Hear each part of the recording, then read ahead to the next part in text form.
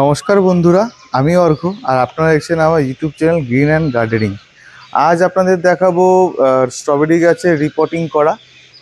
এই স্ট্রবেরি গাছগুলো আমার 1 বছর পুরনো, যার মধ্যে দুটো গাছ মরে গেছে, 3টে গাছ রয়ে গেছিলো। তার মধ্যে কিন্তু বেশ সুন্দর করে ফল দিয়েছিল, সেটাও আপনাদের দেখিয়েছিলাম।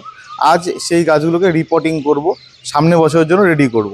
সবার আগে দেখিয়ে নিই, প্রত্যেকটা স্ট্রবেরি গাছের থেকে কিন্তু শাখার বেরোয়। যারা স্ট্রবেরি গাছ আগে করেছেন তারা অনেকেই জানেন, আর যারা জানেন না তাদের উদ্দেশ্যে বলছি, স্ট্রবেরি গাছের থেকে কিন্তু শাখার বেরোয়। সেই শাখাগুলোকে কিন্তু আপনারা চাইলে তখনই কাটিং করে অন্য পটে শিফট করে নিতে পারেন। আমি কিন্তু সেভাবে করি না, আমি আমারটা বলে নিচ্ছি। আমি শাখার যখন বেরোতে আমি পাশেই এটাকে সেট করে নিই মাটিতে, এবং তাতে কি হয়, যখন মাটিতে এরা ভালো করে সেট হয়ে যায়, শিকড় যদি মানে স্প্রেড করে নেয় মাটিতে, তখন আমি এদেরকে রিপোর্টিং করে নিই। তাহলে গাছটা মরার সম্ভাবনা অনেকটাই কমে যায়। তার জন্যই আমি এই সাকারটাকে আমি আগেই কাট করি না। আপনারা চাইলে কিন্তু সাকার কাট করে নিতেই পারেন, যারা অভিজ্ঞ বাগানি তারা অবশ্যই জানেন কীভাবে করতে হয়। তা আমি আমার মানে সিস্টেমে বলছি সাধারণভাবে গাছ করলে, আগেই বলেছি সাধারণভাবে গাছ করলে কিন্তু গাছ আরও বেশি ভালো হয়। তো সাধারণভাবে করার জন্যই আমি এই কথাটা বলছি। সাকারটাকে আগে পাশে মাটি, আপনারা যদি টবের বাইরে চলে যাচ্ছে সাকার, তাহলে পাশে একটা ছোটো টব নিয়ে নিন, তার মধ্যে সাকারটাকে সেট করে দিন। যখন মাটির মধ্যে পুরোপুরি শিকড় আটকে যাবে, দেন সাকারের জয়েন্টটা কেটে দিন, তাহলে কিন্তু আপনার মাল্টিপ্লাই হয়ে যাবে গাছ। তো চলুন কথা না বাড়িয়ে আরও কিছু দেখাই। যেমন ধরেন এইটাতে এখন দুটো গাছ আছে, আর এই টবের মধ্যে হয়েছে এবার তিনটে গাছ। এই দেখেন, 3টে গাছ হয়ে গেছে। বাট এই টবে কিন্তু আমার সাকার স্প্রেড করেছিল, বাট কিন্তু কোনো ঠিক মতো গাছ হয়নি। তো একটাই গাছ আছে। তো এখন মোটামুটি আমার কাছে 3 5, ও সরি, এটাতে 4টে গাছ আছে। 3টে গাছ বলছি, 4টে, 1 2 3 4, 4টে গাছ, 4 7 8টে গাছ আছে। তার মধ্যে 8টে গাছকেই আমি রিপোর্টিং করবো। তার জন্য আমি পুরোনো 10 ইঞ্চি টব, যেগুলোকে আমার ওয়াইফ কালার করে রেখেছিল, সেক্ষেত্রের মধ্যে আমি সেটাকে রিপোর্টিং করব। এবং এই টবগুলো যে আছে, এই যে দেখতেই পাচ্ছেন পুরনো হয়ে গেছে, এইগুলোকে কিন্তু মানে আবার শুকিয়ে নিয়ে কালার করে দেবো। দেন আগামী মোটামুটি 3 4 বছরের জন্য এটা নিশ্চিন্ত হয়ে যায়, এই টবগুলো আমি রাখতে পারি আমার কাছে। তো চলুন, গাছ দেখানো হয়ে গেছে, এবার রিপোর্টিংয়ের জিনিস দেখিয়ে নিই। রিপোর্টিংয়ের জিনিস বলতে আমি এই নর্মাল পুরোনো গার্ডেন সয়েল নিয়ে নিয়েছি, আমার যেটা পুরোনো গার্ডেন সয়েল ছিল, চিলে রাখা ছিল সেই গার্ডেন সয়েল। তো এর মধ্যে কিন্তু কোনো সারটার কিছু মেশানো হয়নি। এর সাথে সাথে নিয়ে নিয়েছি, এই পাশে দেখতে পাচ্ছেন, আগে মেন জিনিসটা দেখিনি, এটা হচ্ছে ভার্মি কম্পোস্ট। মোটামুটি আমি এখানে তিন ভাগ তিন ভাগের মতো আমি মাটি নিয়ে নিয়েছি, এবং 1 ভাগ আমি ভার্মি কম্পোস্ট। যারা নতুন মাটি রেডি করবেন তাদের উদ্দেশ্যে বলছি, আমার বালি কিন্তু আমি কম নিই, বালি কিন্তু অবশ্যই লাগবে। বালি আমি কম নিয়েছি কারণ আমার এটা যেহেতু পুরোনো, আমার গার্ডেন সয়েল, যেটার মধ্যে অলরেডি বালু মিশানোই আছে, অনেকটাই ভুরভুরে মাটি। আর আমি বালুর পরিমাণ এই জন্যই কম নিচ্ছি, কারণ আমি যেহেতু এখানে শুধু ভার্মি কম্পোস্টটা মিশাবো, তার জন্যই আমি এই বালুর পরিমাণটা সামান্য একটু নিচ্ছি, আমার পুরোনো মাটি ছিল বলে। যারা নতুন মাটি করবেন তারা 2 ভাগ মতো মাটি নেবেন, মানে নর্মাল গার্ডেন সয়েল নেবেন। নতুন মাটি যদি হয় তাহলে 2 ভাগ মাটি নেবেন, এবং 2 ভাগ নেবেন হচ্ছে বালু, 1 ভাগ নেবেন হচ্ছে ভার্মি কম্পোস্ট, এবং কিছুটা পরিমাণে কিন্তু নিমখোল অবশ্যই দিতে ভুলবেন না। নিমখোল দেওয়ার উদ্দেশ্য হচ্ছে সারা বছরের জন্য এরা আপনার গাছের শিকড়কে ফাঙ্গাল ইনফেকশন থেকে বাঁচিয়ে রাখবে। তো চলুন তাহলে রিপোর্টিংটা শুরু করে দেওয়া যাক। সবার আগে মাটি রেডি করি, দেন গাছ রিপোর্টিং। এই দেখতে পাচ্ছেন আমি সব কিছু প্রায় দিয়ে নিয়েছি, এখন জাস্ট এই নিম খোলটা দিয়ে নিব। নিম খোল দিয়ে দেওয়া হয়ে গেছে, এখন এটাকে ভালো করে মিশিয়ে নিব। আর হ্যাঁ, গ্লাভস পরতে কিন্তু ভুলবেন না। আমি অবশ্য আপনাদের বলি ঠিকই, কিন্তু আমি নিজেই ভুলে যাই গ্লাভস পরতে। গ্লাভস পরার কারণটা আপনাদের আগেই জানিয়ে দিয়েছি, তো সেটা বলে আবার বারবার করে এক কথা বলে বোর করব না। তো মাটিটাকে ভালো করে মিক্স করিয়ে নিই, দেন এই মাটি দিয়ে গাছটাকে আমি রিপোর্ট করব। মাটি মিক্স করা দেখানোর কিছু নেই, আমি জাস্ট নর্মালভাবে করে নিচ্ছি, পুরো মাটিটা মিক্স করে নিই, দেন আপনাদেরকে রিপোর্টিংটা শুরু করাটা দেখাচ্ছি, কীভাবে আমি গাছগুলোকে টপ থেকে বের করে আমি কি করে আমি রিপোর্টিং করি সেটা আপনাদের দেখাবো। প্রথমে এই সিঙ্গেল গাছটি নিয়ে নিচ্ছি, যেটার মধ্যে একটা অ্যাকচুয়াল আছে দুটো গাছ, এই গোড়ার থেকে কিন্তু একটা গাছ বেরিয়েছিল, তো সেটা ঠিক মতো ছড়াতে পারেনি। তো এই গাছটিকেই প্রথমে নিয়ে নিচ্ছি। সবার প্রথম হাত দিয়ে কিছুটা মাটি ওঠানোর চেষ্টা করব, এবং এই গাছ সম্বন্ধে এটুকু বলে রাখতে পারি, এইটা আপনার যদি জারবেরা কেউ করে থাকেন, তা জারবেরা পরিচর্যা এর পরিচর্যা প্রায় কিন্তু সেম। জারবেরা যেমন এই রুট ইউনিয়নের উপরে আপনি মাটি উঠাতে পারবেন না, এর ক্ষেত্রেও কিন্তু সেম। রুট ইউনিয়নের উপরে যেন বাড ইউনিয়নের উপরে যেন আপনার মাটি না উঠে যায়, তাহলে কিন্তু এই গাছ মারা যাবে। তো সেটাকে আপনাকে ধ্যান রাখতে হবে যখন গাছটি লাগাবেন। এবং আরেকটা জিনিস, যখন এর পুরনো পাতা মরে যাবে সেই পাতা কিন্তু গাছের মধ্যে রাখবেন না, তার থেকে কিন্তু গাছে ফাঙ্গাল ইনফেকশন হতে পারে। তো সেই জিনিসটা হচ্ছে লক্ষ্য রাখবেন। আর এমনি সার বলতে গেলে আমি যেটা ইউজ করছি সেটাই আপনাদেরকে বলবো। আমি মোটামুটি মাসে একবার এদেরকে মিক্সড খাবার বানিয়ে দিই। মিক্সড খাওয়ার সম্বন্ধে অবশ্যই কোনদিন একটা ভিডিও বানাবো, যেভাবে এই মিক্সড খাবার বানাই আমার বাড়িতে, সেটা আপনাদেরকে দেখানোর চেষ্টা করব। সেই মিক্স খাবারটা দেই। এবং মোটামুটি সপ্তাহে একদিন করে কাকা স্প্রে, যেটা নর্মালি সব গাছে করে থাকি, সেটাই আমি এই গাছেও করি। তো এই গাছের ক্ষেত্রে কিন্তু সেম। আর আমি বলছি না যে গাছটি এনেই আপনি 10 ইঞ্চি পটে বসান, তবে চেষ্টা করবেন যদি গাছ বুঝে, এই দেখেন গাছটি উঠেও গেছে টবের থেকে। মাটিটা দেখেন কি সুন্দর রুট স্প্রেড করেছে মাটির মধ্যে, এবং খুব ভালোভাবে কিন্তু গাছটি আছে। তো দাঁড়ান, টবটা সরিয়ে নিই, দেন আপনাদেরকে দেখাচ্ছি। গাছটি দেখানোর আগে আপনাদেরকে এইটা দেখিয়ে রাখি, আগে পুরোনো মাটিটা দেখেন একদম বালু মাটি দেওয়ার উদ্দেশ্য হচ্ছে যাতে গাছের গোড়ায় জল না জমে থাকে। জলই কিন্তু গাছের সব থেকে বড় ভালো বন্ধু আর শত্রু। বন্ধু এই কারণে গাছকে বাঁচতে সাহায্য করে, আর শত্রু এই কারণে বেশি জল হয়ে গেলে পরে টবের গাছ কিন্তু মারা যায়। তো সেই জিনিসটা আপনাদের খেয়াল রাখতে হবে। এবং অবশ্যই মাটিটা ওয়েল ড্রেন বানাতে হবে, তার জন্য কিন্তু বালু মিক্স করে মাটি বানানো। এই দেখেন কতটা বালু মিক্সড আছে। তো যাই হোক, আগে আপনাদের গাছটি দেখিয়ে নিই, রিপোর্টিং করাটাও দেখিয়ে নিব কী করে রিপোর্টিং করছি। তো সবার আগে গাছটি দেখিয়ে নিই। গাছটি এই দেখেন, কত সুন্দর রুট বাউন্ড হয়ে গেছে। আমি রুটকে বেশি কোনো ডিস্টার্ব করব না, জাস্ট সামান্য সাইড থেকে কিছুটা মাটি খসিয়ে নেব, মানে পুরনো মাটি। তার সাথে কী হবে, যে পুরনো যে রুটগুলো আছে, যেগুলো রুট শুকিয়ে গেছে বা পুরনো হয়ে গেছে, সেই রুটগুলো কিন্তু বেরিয়ে আসবে। এবং এই মাটি কিন্তু আমি নেক্সট আবার ইউজ করব অন্য কোনো গাছে, এটা মাথায় রাখতে হবে। এর মধ্যে কিছুটা সার মিশে, এই দেখেন এর পুরনো রুট, এই রুটগুলোকে চাইলে আপনি কিন্তু ছিঁড়েও দিতে পারেন হাতে, হালকা হাতে, যেটুকু হাতে আসছে, জোর করে ছেঁড়ার দরকার নেই। টান দিলে যেটুকু হাতে আসছে সেটুকুই ছিঁড়বেন, তার বেশি কিছু না। আর যেটা বলছিলাম, গাছ কিন্তু প্রথম অবস্থায় 10 ইঞ্চি পটে দেবেন না, গাছের সাইজ বুঝে।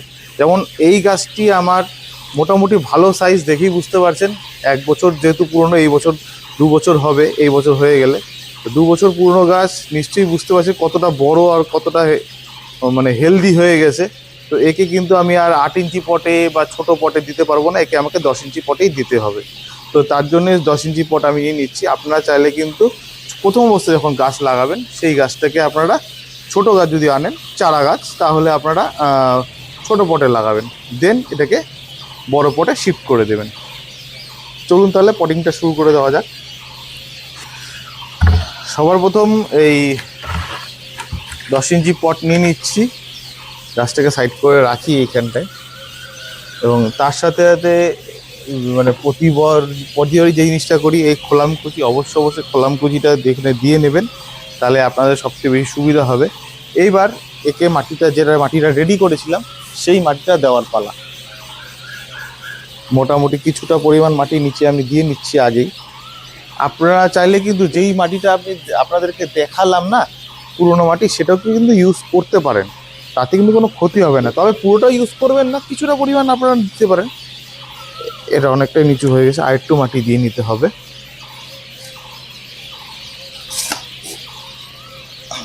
মোটামুটি অনেকটাই হয়ে গেল।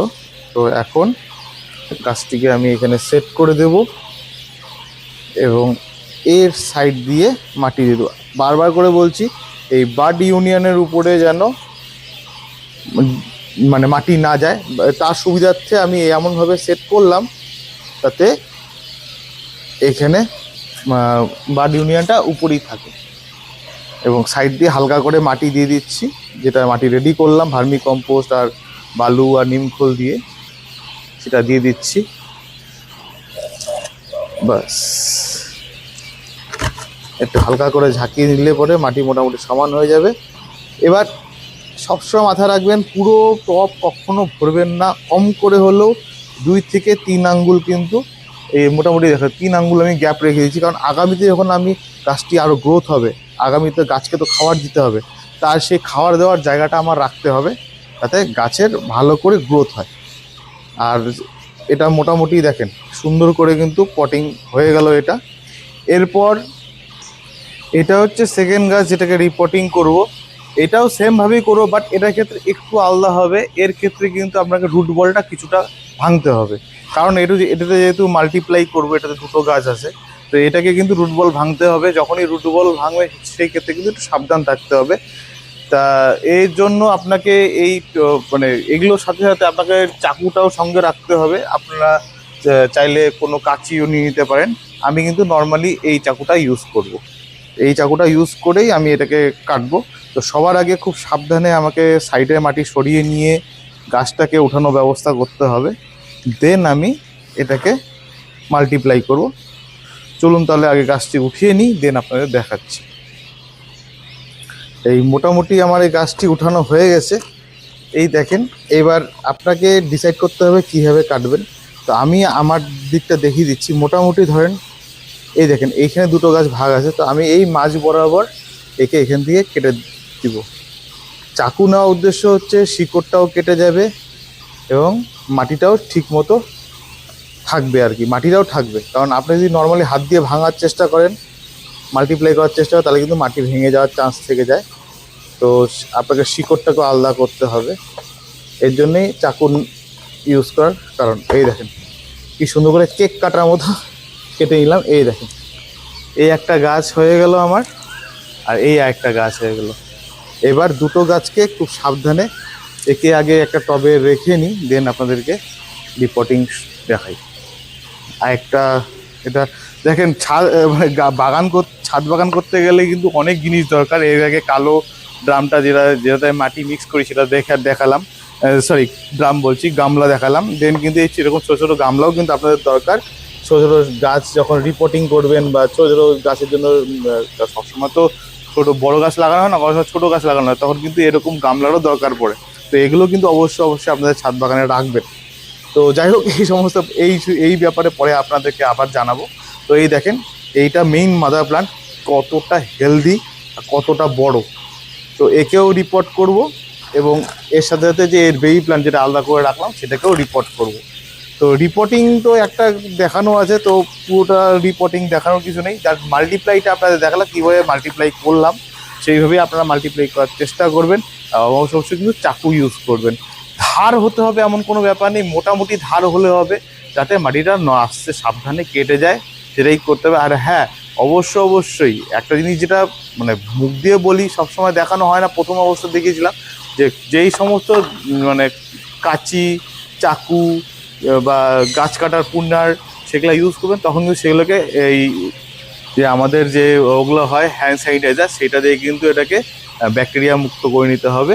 আপনারা চাইলে কিন্তু আগুন নিয়ে পুড়িয়েও নিতে পারেন। তো সবথেকে বেস্ট, আগুনে পুরানোর থেকে বেস্ট হয় আপনার ওটা ইউজ করা, স্যানিটাইজার ইউজ করা। তো সেটা দিয়ে ইউজ করলে কিন্তু আপনাদের এই চাকুটা মানে নন ইনফেক্টেড হয়ে যাবে, তখন এই গাছগুলোকে আপনারা কাটিং করতে পারেন। তো চলুন তাহলে পটিং সেরে নিই, দেন আপনাদেরকে দেখাচ্ছি মানে পটিং করার পর কেমন লাগছে দেখতে গাছগুলি সেগুলো। রিপোর্টিং করার পর মোটামুটি এই পরিস্থিতি। আমার 3টে গাছের থেকে এই মুহূর্তে আমার হয়ে গেছে 7টে গাছ। অ্যাকচুয়াল 8টা গাছ হওয়ার কথা ছিল, বাট একটা গাছকে, এই গাছটিকে আমি মাল্টিপ্লাই করিনি, এটা দুটো গাছই রেখেছি। তো এই টোটাল 7টা গাছ হয়ে গেছে। তো এই গাছটা সব থেকে ছোটো, তো একে একটু বেশি কেয়ার করতে হবে। বাদবাকি গাছগুলো প্রায় সেমই আছে, সেম সাইজের।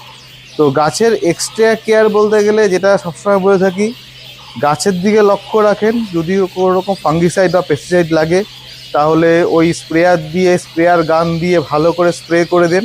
তাহলে কিন্তু অলরেডি মানে মোটামুটি 80% আপনার যে মিলিবাগ বা মাইট লেগে থাকে সেটা কিন্তু আগের থেকে সরে যাবে। আদারওয়াইজ যদি বেশি লেগে থাকে তা কিছু করার নেই, তখন তো আপনাদেরকে ওষুধ ইউজ করতেই হবে।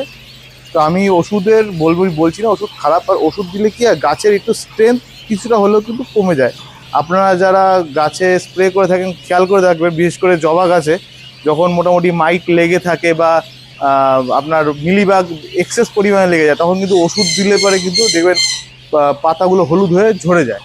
তো তাতে বোঝা যায় যে গাছে স্ট্রেসে চলে যাচ্ছে।